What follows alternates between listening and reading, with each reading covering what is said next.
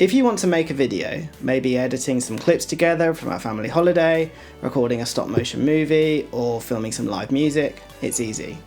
You grab your smartphone, open its camera app, and record instant high quality video to share with others.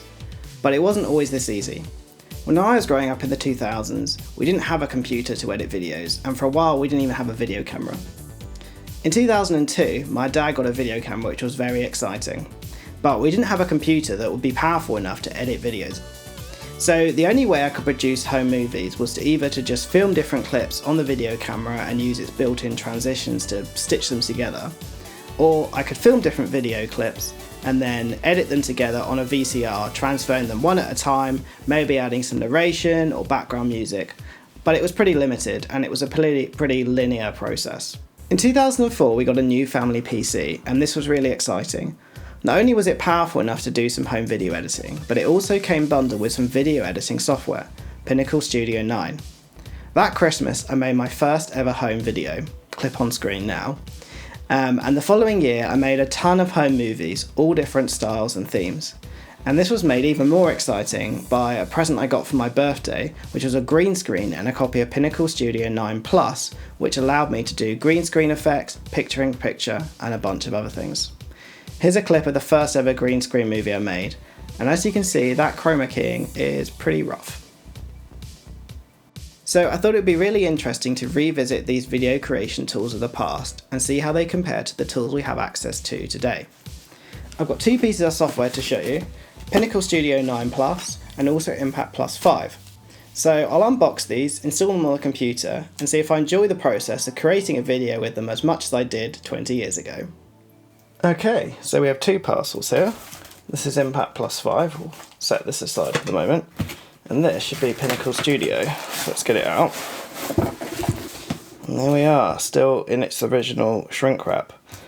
$69.99. Now this is the full version. Mine was the upgrade because I already had the standard edition. And you can see it's still in its shrink wrap. Although interestingly it's already been opened, so it's obviously been used. You can see some of the specs here. Multiple track video editing, so that was new. In the standard edition you can only have one track. Picture-in-picture, chroma key effects, that's for the green screen. Sensational pan and zoom control to animate animated slideshows.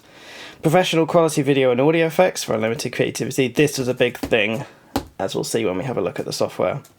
Complete integrated CD, DVD authoring. So, shall we tear this shrink wrap off and have a look inside? Yeah, let's go on then. There we go, shrink wrap off. Let's open it up, have a look what we've got inside. Okay, so what have we got in here? So this is interesting. I'm not sure what this is. This looks like a video capture card, composite, and S-video in and out. Yeah, that's not mentioned as being in the box, so that must have been something else that was bought alongside it. I'll have to do some more research into this. Then we've got Pinnacle Studio version 8. Interesting.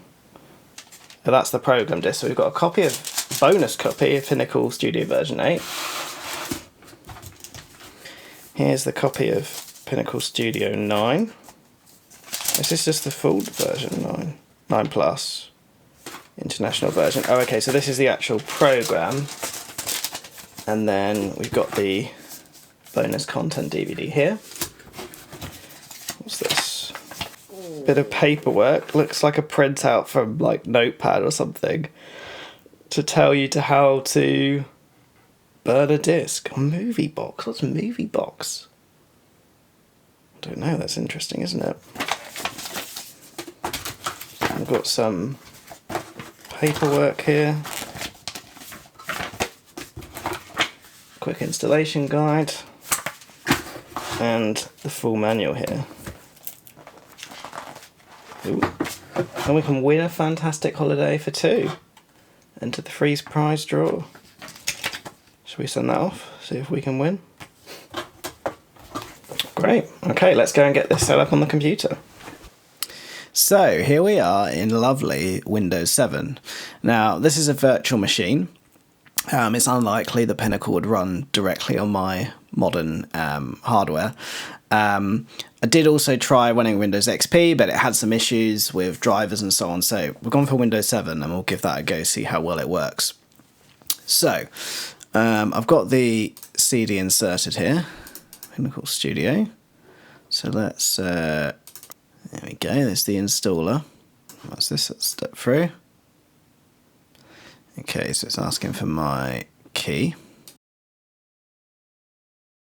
I would like to register, but I doubt it would work, so we'll say skip. Accept the license.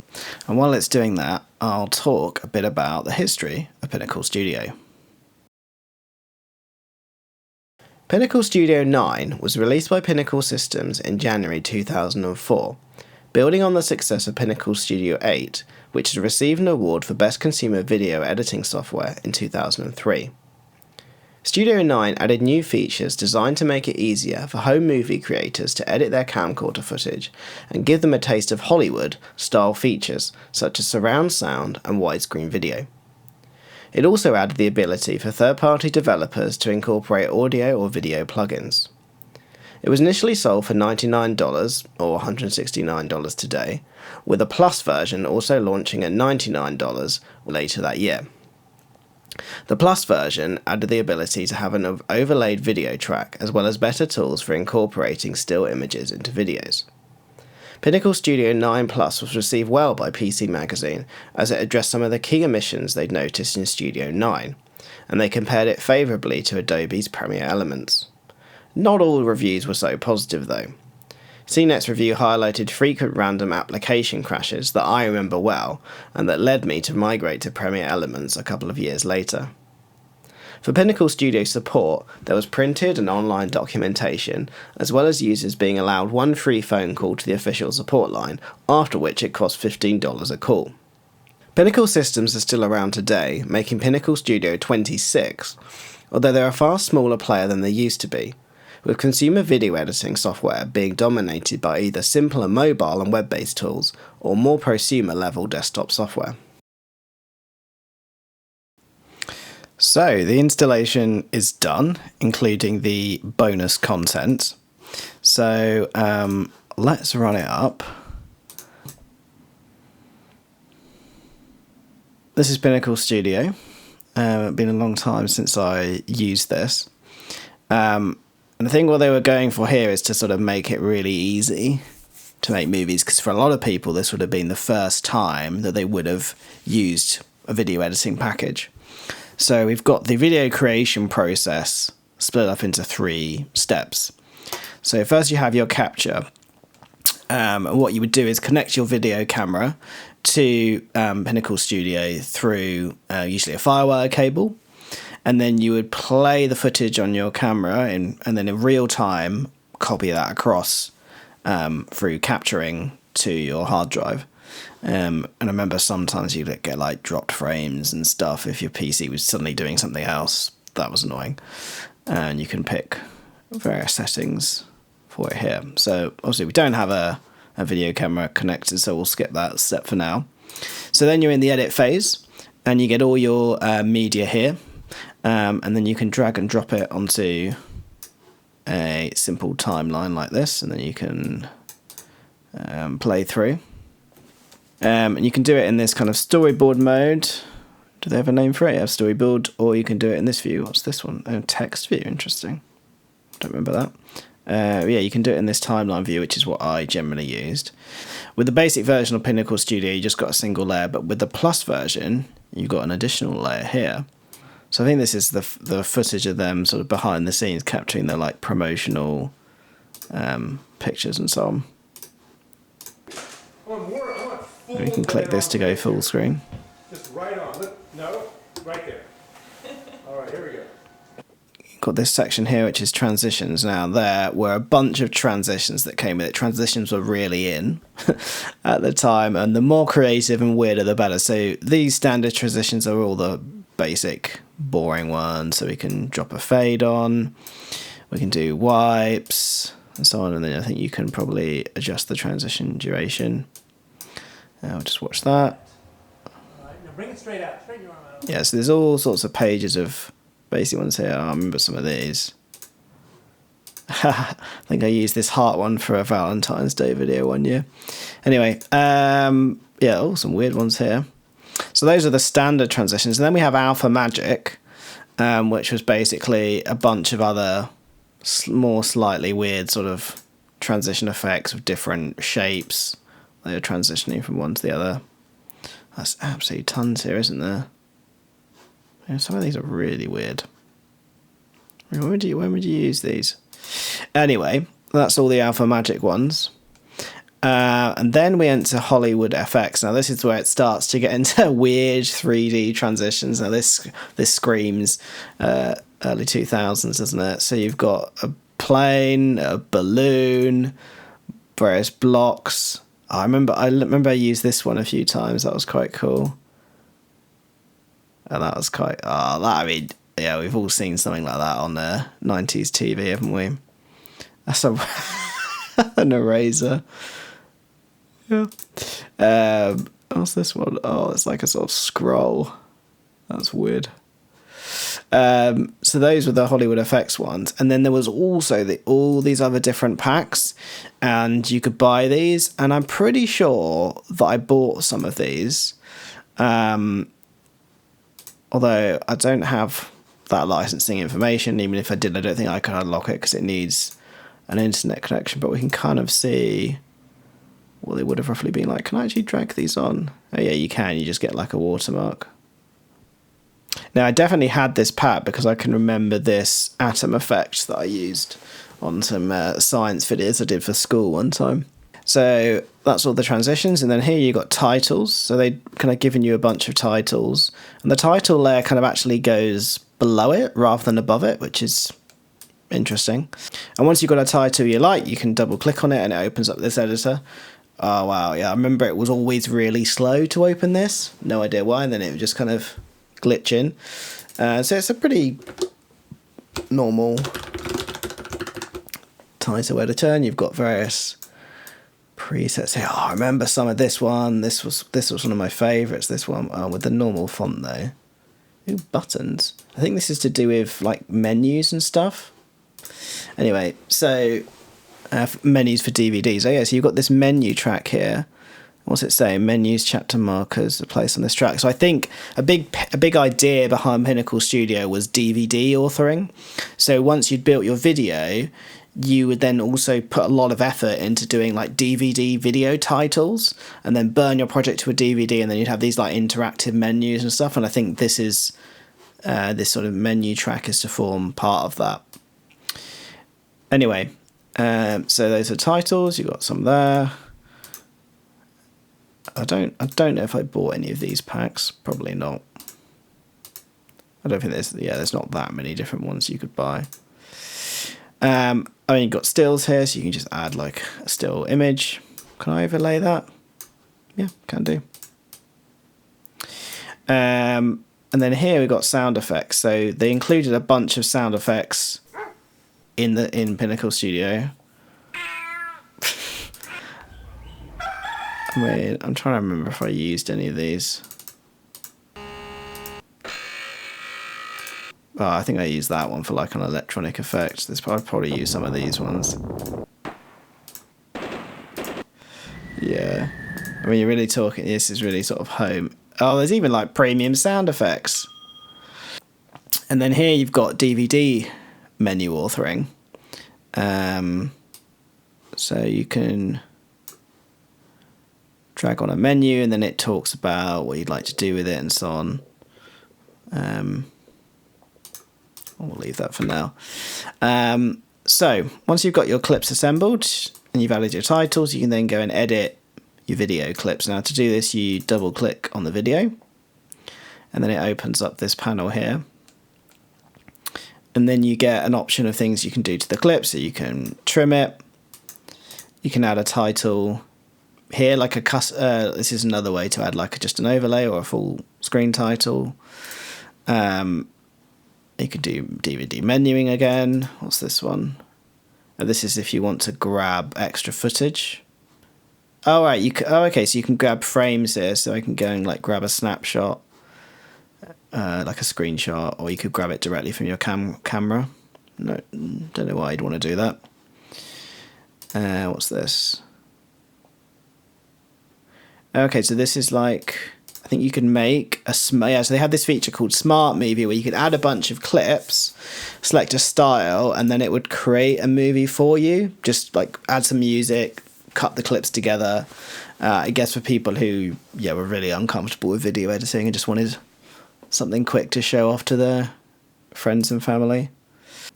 Now this is the video overlaying page, and this was one of the features that was only available in Plus. And so you could do things like picture in picture. So you could, if I added a second clip on top of this first one, and then I go to edit this one,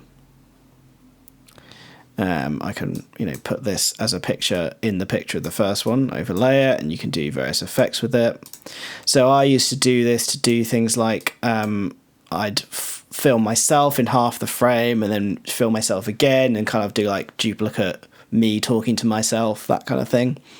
So obviously, you can crop it, and so I just I do something like that and then film the other half. And over here we've got chroma keying, and this was one of the main features I was really excited about for Pinnacle Studio Plus. And I made loads of things with this, as I showed earlier, just filming myself against a green screen and doing silly things. I mean, it's not going to work too well here, but we can try it.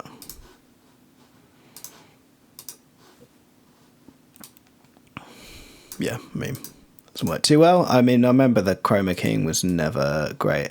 Actually, I think there's some clips that use chroma keying. Let's see if we can find one. Oh, here we go. So there's a section here of chroma keying shots. So let's go over to here, and then let's add a chroma key. And then we can double click on this to edit. Nice slow panel.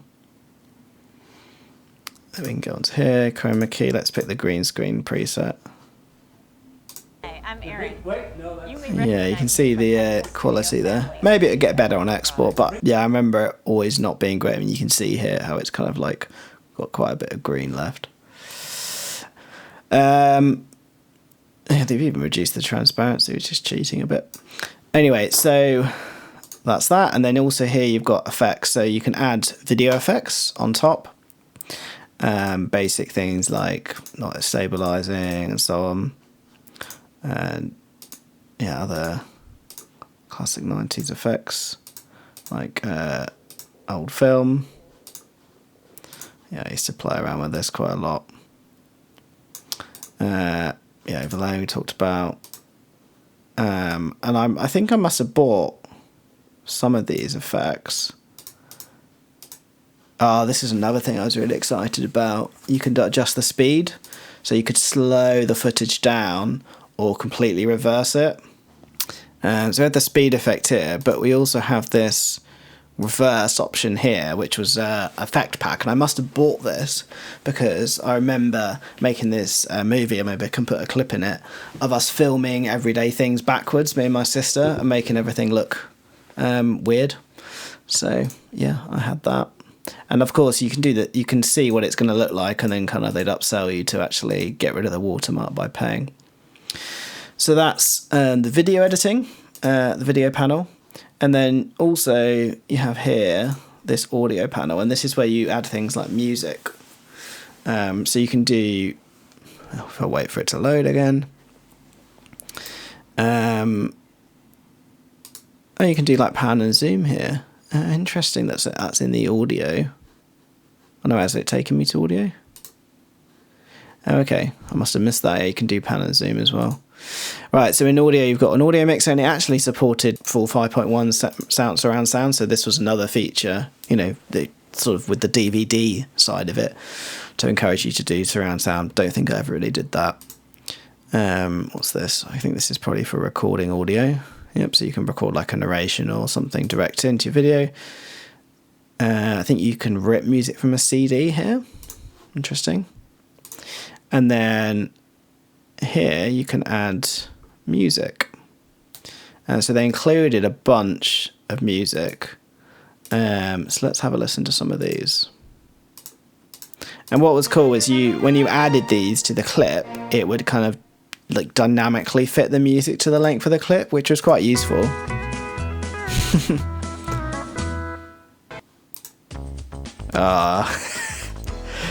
Yeah, I remember using this one.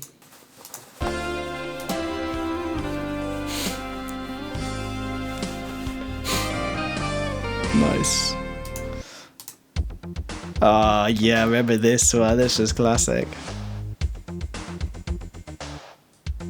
So that's the editing process.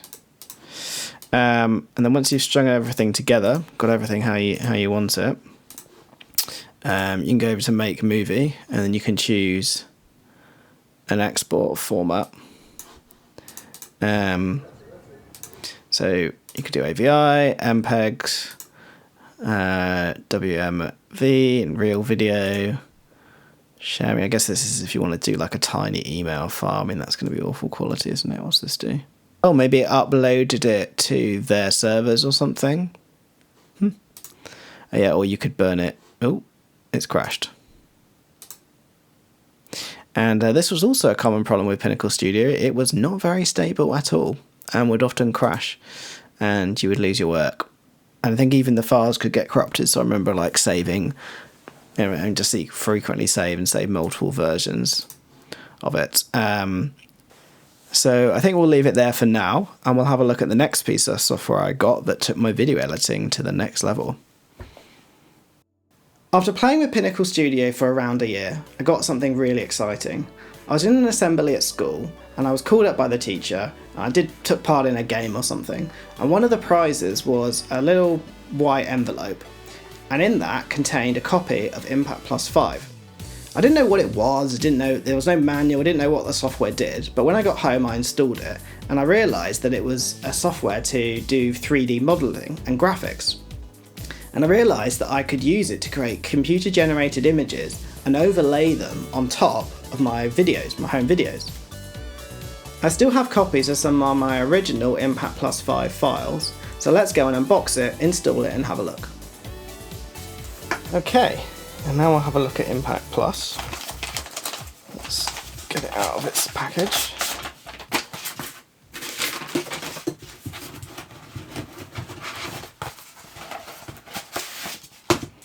So what do we have in here? We've got a companion, which I guess is like a manual.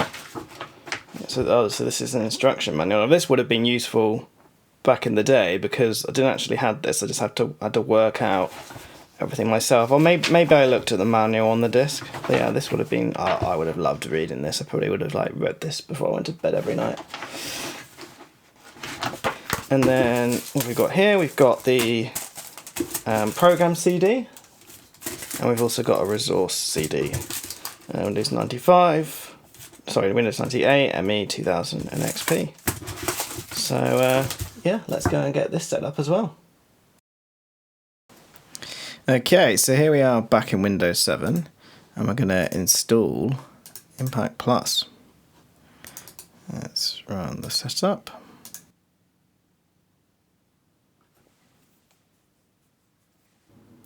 So ImpactPlus is quite a strange bit of software. I think the idea was to create GIFs and little short video clips to make an impact on your audience, whether that's on a website, on a presentation, on an email. But I generally used it for a different purpose, and I'll see if I can demonstrate that. So let's do this guy here. So we'll say finish. If we watch this animation back, we can see this guy walking across. Oh dear, he gets hit by a car. So what we want to do is try and edit the background to be green. So we'll take away this image and we'll say use a solid color. Let's pick green. So what I would generally do is create these little animations with a green background, and then I could import it into Pinnacle Studio. Let's call this Sick Man. Let's just export it. Yeah, we can. Okay, that's exported. Let's open up Pinnacle Studio. here. So can we drag it in like this? Yes, we can. Alright, so let's drag this on here. Put this on the overlay layer. Sure, let's do that. We can put that on the main layer. Go onto this clip settings. And pick chroma key, green screen key. And there we go. Now we've overlaid this guy on top of a background. So this could obviously be part of, you know, some video that I'd filmed on the video camera, part of my house. I could be in the scene and so on. I've really enjoyed revisiting Pinnacle Studio and ImpactPlus today. I'll put a time lapse up now showing the process of creating my modern home movie with these tools. But in summary, it was a lot of fun, if a bit frustrating. It was nice to remember all of the special things I loved about these tools, but also I remember that they're quite buggy and they crash a lot. I'm going to show you my home movie now of what I put together, but before I do that, I just want to say thank you for watching today's video, and I'll see you next time. Enjoy the film.